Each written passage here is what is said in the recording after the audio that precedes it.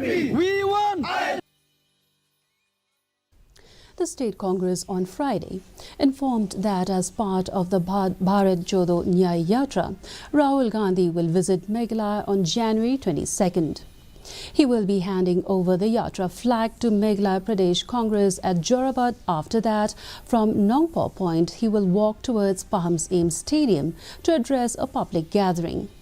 Post the public meeting, he will proceed towards Birnihad, stay for the night and attend a meeting at USTM with NECCC leaders. Leader of the opposition and Congress MLA Ronnie V. Lingdo said that the Yatra goes beyond politics and focuses on the core values of equality and justice.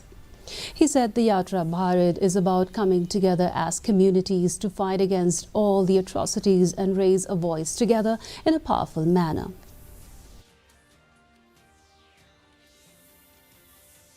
The 5th edition of the Meghalaya Games